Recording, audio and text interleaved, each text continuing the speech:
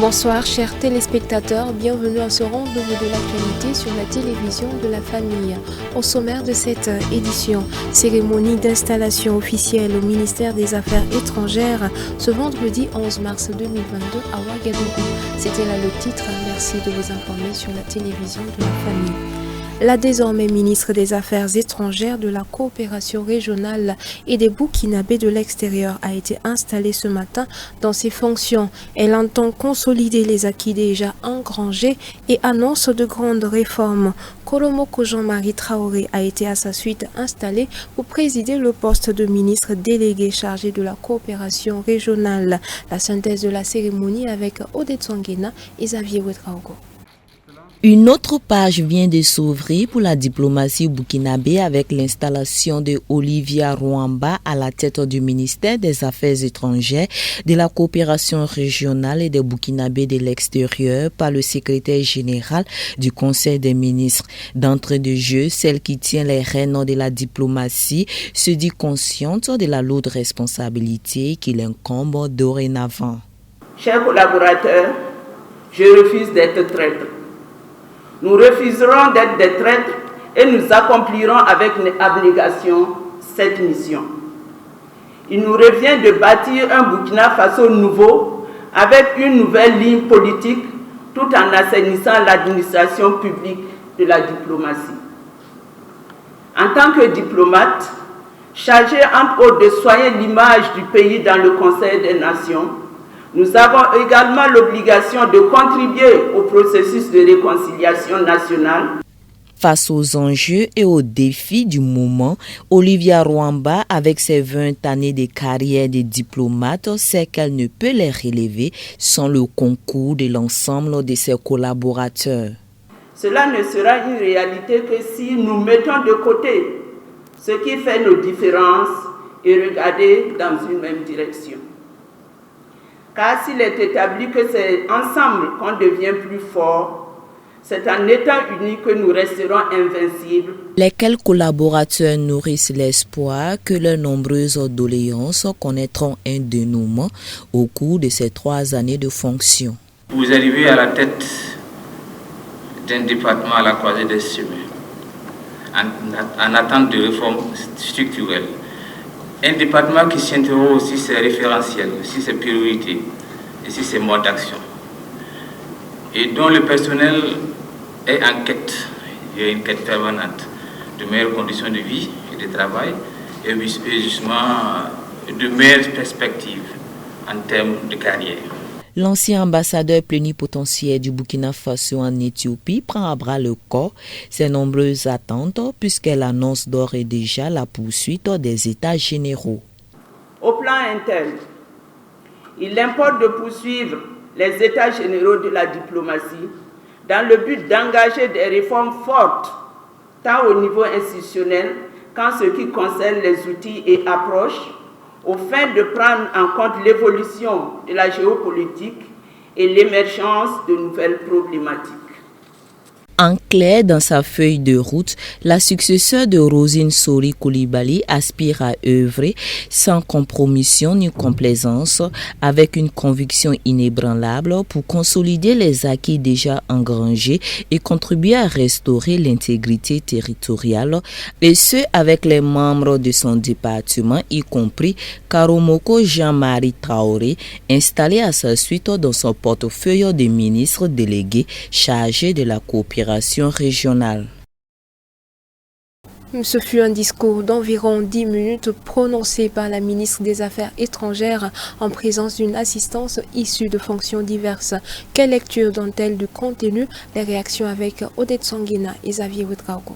C'est une nomination que nous accueillons avec beaucoup d'espoir pour la seule raison que c'est déjà une collègue diplomate pétrie d'expérience, et dans son discours, j'ai pu retenir la nécessité de poursuivre les États généraux de la diplomatie, dont les travaux avaient commencé sous le majesté de l'ancien ministre en charge des Affaires étrangères.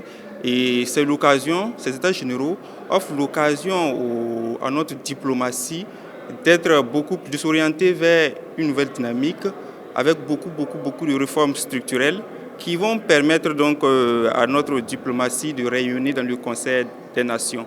Et j'ai beaucoup apprécié donc ce pan de son discours. Et elle a aussi évoqué la nécessité de s'inscrire dans la dynamique des réformes annoncées par les nouvelles autorités du pays, parce que ce sont des réformes qui sont, j'allais dire, en phase avec ce que nous voulons de notre diplomatie. Et c'est vraiment donc des éléments du discours à relever et à saluer et aussi à accueillir, parce que ça ouvre une nouvelle fenêtre donc d'espoir pour notre pays.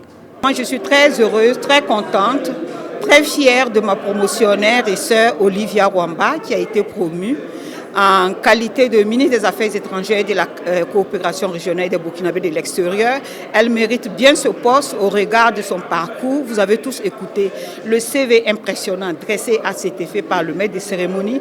Et même, vous vous êtes rendu compte au regard de son discours qu'elle mesure l'ampleur du travail qui l'attend et elle a su bien appeler tout le personnel à l'accompagner dans cette mission qui est collective parce que c'est tous qui gagnent. Nous sommes tous du Burkina et nous travaillons pour le Burkina. C'est l'équipe du Burkina qui est au travail et je suis convaincue qu'au soir de ces 3 années, l'équipe sortira vainqueur. Il y a de l'espoir en l'écoutant, il y a de l'espoir en voyant aussi, en écoutant ses expériences.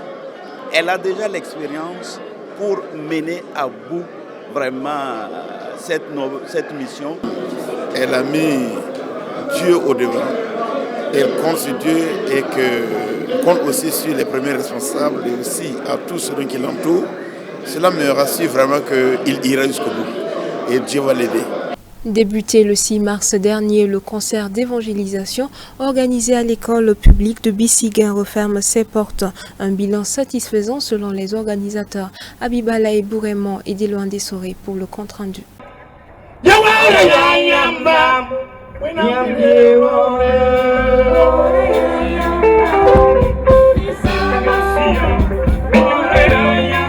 Trois jours de prêche et d'enseignement, 3 jours de prestations d'artistes dans le quartier Bissiguen Ouagadougou pour annoncer l'évangile à tous ceux qui ne connaissent pas encore Jésus-Christ et renforcer la foi de ceux qui ont l'évangile.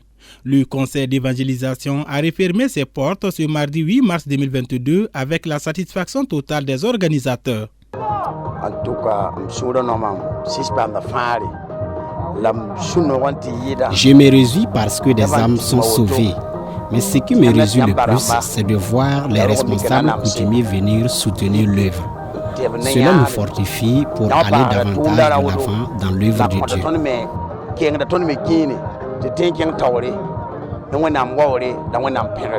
Présents à cette soirée de clôture, les chefs coutumiers ont également montré leur satisfaction.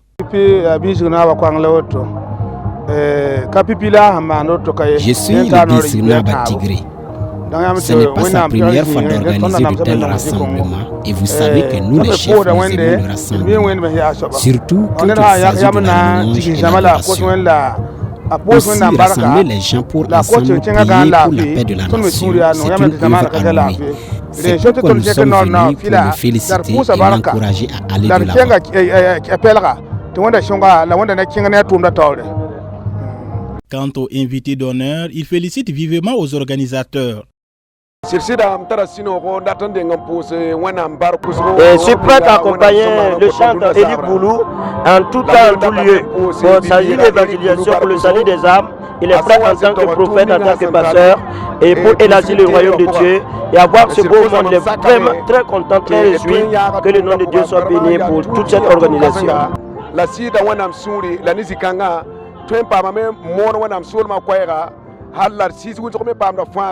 Sixième édition close, les préparatifs de la 7e édition commencent jusqu'à ce que tous les Burkinabés aient l'évangile de Jésus-Christ.